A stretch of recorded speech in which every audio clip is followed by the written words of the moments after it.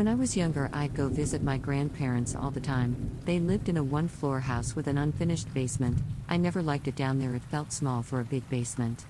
There was a little door down there that was for storage, and I always got a horrible feeling when going close to it, and let me add that this was a newer house that was about 6 years. Now, during the time I was about 6 or 7, I felt so uncomfortable going down there even when I was with someone I didn't like it. I remember going down there with my grandma to help with something.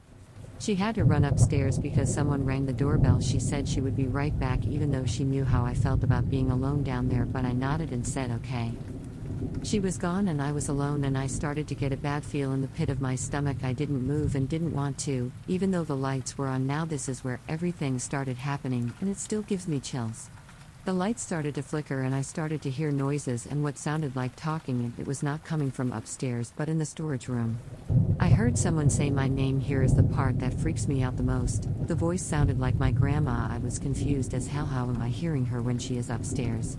I didn't want to move, but me being the curious one I started moving towards the storage room door. The closer I got, worse the bad feeling came. When I got to the door, the lights turned off in the basement. I wanted to run upstairs and hide, go home somewhere that wasn't the basement.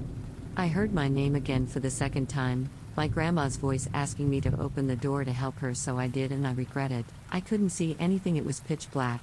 I couldn't hear anything but faint laughing that felt like forever, but then the laughing stopped, and the lights turned back on in the basement, and I felt a little bit better with the lights back on, but the downside, I could see a little in the storage room.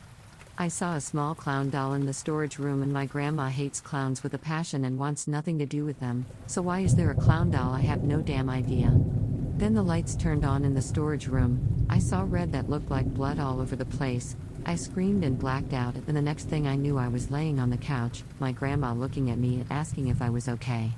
I have no idea if that was real or a dream, but it sure as hell felt real.